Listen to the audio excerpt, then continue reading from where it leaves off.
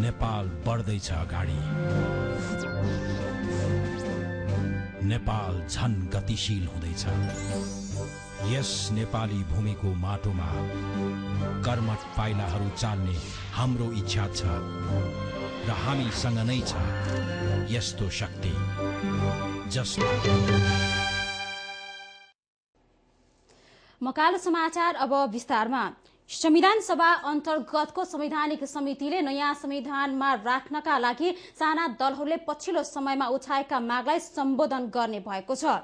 समितिको कार्यालय सिंहदरबारमा आज बिहान बसेको बैठकले दलित, जनजाति र स्वतन्त्र सभासद लगायतका साना दलहरूले आफ्ना अधिकार नयाँ संविधानमा राख्न गरेको दबावलाई सम्बोधन गर्ने सहमति भएको हो। अघिल्ला बैठकहरूमा दलित, जनजाति र स्वतन्त्र सभासदले आफ्ना अधिकारलाई नयाँ संविधानमा राख्नका लागि ध्यान नदिएको भन्दै बैठकमा बवण्डर मचाएका थिए। बैठकमा एकीकृत माओवादीले नयाँ संविधान बनाउने क्रममा देखिएका विवादित विषयमा सहमति जुटाउन बनेको उपसमितिको संयोजक परिवर्तन गर्न गरेको प्रस्तावलाई कांग्रेस लगायतका दलले अस्वीकार गरेका छन्। संवैधानिक समितिले विवादित विषयमा सहमति जुटाउन दाहालको संयोजकत्वमा कांग्रेस नेता रामचन्द्र पौडेल, एमालेका माधव कुमार नेपाल, मधेसवादीबाट लक्ष्मणलाल कर्ण र साना दलको तर्फबाट नेकपा संयुक्तकी कल्पना राणा सदस्य रहेको उपसमिति गठन गरेको छ। दाहालले उपसमितिलाई समय दिन नसकेको भन्दै अघिल्लो बैठकमा नयाँ संयोजक तोक्न प्रस्ताव गर्नुभएको थियो। अध्यक्ष पुष्पकमल दाहालले संयोजक बन्न अस्वीकार गरेपछि माओवादीले उपाध्यक्ष नारायण काजी श्रेष्ठलाई प्रस्ताव गरेको थियो। एकीकृत नेकपा माओवादीको पार्टी कार्यालय पेरिस डाँडामा बसेको पदाधिकारी बैठक बिना निष्कर्ष टुंगिएको छ। बैठकमा अखिल नेपाल ट्रेड युनियन महासंघको संस्थापन सहित तीनवटै समानान्तर कमिटी भंग गरी राष्ट्रिय सम्मेलन आयोजक समिति गठन गर्ने स्थायी समितिको निर्णय कार्यान्वयन बारे छलफल भए पनि कुनै सहमति हुन सकेन।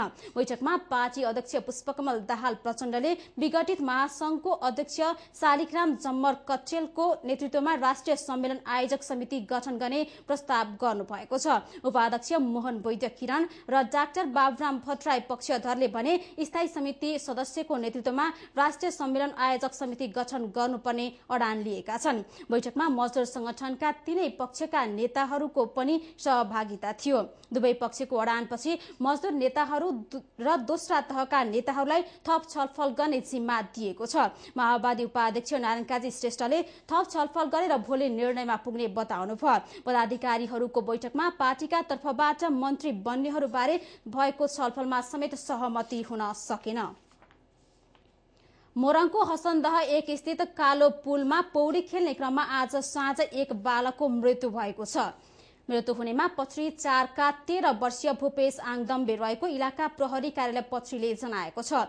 साथीसँग पौडी खेल्न गएका आङदम्बेको साँझ 4:30 बजे डुबेर मृत्यु भएको प्रहरीले जनाएको छ। सुनसरीको नरसिंहमा हिजो भएको सवारी दुर्घटनाका घाइतेहरूले उद्धारका क्रममा आफूहरूको सरसामान लुटपाट भएको गुनासो गरेका छन्। दुईवटा यात्रु बस ठोकिएर 11 जनाको ज्यान जाने गरी भएको दुर्घटनामा उद्धारका क्रममा स्थानीय बासी तथा केही प्रहरीले समेत आफूहरूको सामान खानतलासी गरी लगेको घाइतेहरूको भनाइ छ। दुर्घटना पश्चात पुगेको उद्धार टोली नै सरसामान झिक्न व्यस्त भेटिएको इनरुवा क्षेत्रका बिरामीहरूले बताएका छन्। सुनसरी प्रहरीले भने सामान प्रहरीले नलएको स्पष्ट पार्दै लुटपाट गर्न खोज्ने कार्यमा संलग्न भएको आशंकामा केहीलाई नियन्त्रणमा लिए अनुसन्धान थालिएको जनाएको छ। यसै गरी हिजो भएको बस दुर्घटनामा परि घाइते भएका सप्तरी धरमपुर 2 की 21 वर्षीय सुजना चौधरीको गैराती मृत्यु भएको छ। चौधरीको बीपी कोइराला स्वास्थ्य विज्ञान प्रतिष्ठान धरानमा उपचार सम्भव नभएपछि भारतको सिलिगुडी लाने क्रममा मृत्यु भएको प्रहरीले जनाएको छ। यो सँगै बस दुर्घटनामा परि मृत्यु हुने सबैको शनाखत भएको छ। राष्ट्रिय प्रजातन्त्र पार्टी नेपालले जेठदेखि काठमाडौँमा सुरु गर्ने जनसंघर्ष कार्यक्रम अन्तर्गत जिल्लामा संगठन विस्तार गर्न थालेको छ। यसै क्रममा आज राप्रपा महिला संगठन मोरङ क्षेत्र नम्बर 7 मा पूजा पौडेलको अध्यक्षतामा 11 सदस्यीय नयाँ कार्य समिति चयन गरेको छ। काठमाडौँमा हुने भेलालाई सशक्त पार्ने उद्देश्यले महिलाहरूलाई पनि संगठित पारिएको केन्द्रीय सदस्य एवं क्षेत्र नम्बर 7 का अध्यक्ष दिनेश कुमार शाहले बताउनुभयो। उहाँले उहाँले शान्ति स्थापना र संविधान निर्माणको बहानामा मुलुकलाई बर्बाद पार्ने काम भएकोले अब ताजा जनादेश लिएर मात्र मुलुक अगाडि बढाउनु पर्ने बताउनुभयो। कार्यक्रममा राप्रपा नेपाल मोरङका उपाध्यक्ष मोहम्मद मुस्लिम मिया, जिल्ला सदस्य श्याम कार्की लगायतले महिलाहरूलाई संगठित गरिए मात्र जनसङ्घर्ष सफल हुने विश्वास व्यक्त गर्नुभएको थियो। समाचार अझै बाँकी छन्, पालो भएको छ विश्रामको।